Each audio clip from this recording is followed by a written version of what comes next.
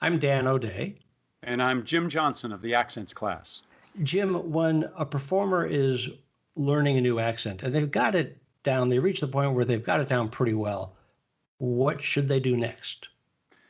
Well, the next thing in the process of me working with them really is about them finding more freedom within that so that they can focus on the acting instead of the accent. And so we got to make sure that they have a solid hold on it, but that they can now play around within the context of that accent.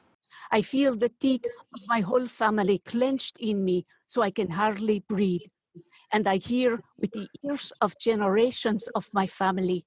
And I see with the eyes of all my ancestors. There is but one horse, and I shall find it.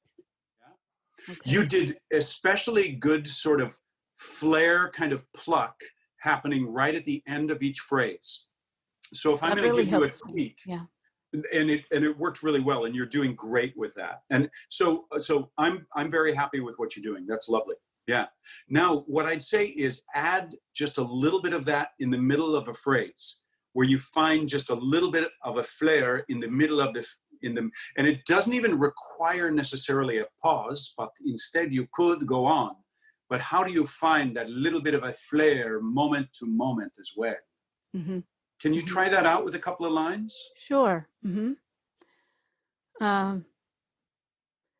This is my brother's arm, my father's arm, the arm of my whole dead family.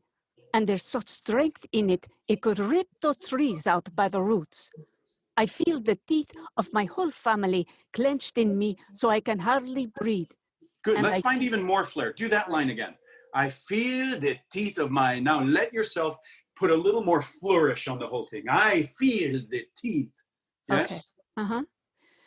I feel the teeth of my whole of my whole family clenched in me so I can hardly breathe. And Good. Yes, I think you're still staying within the realm. So now you're getting to do more exploration. You're getting to find even more flourish to this that still stays within the Spanish.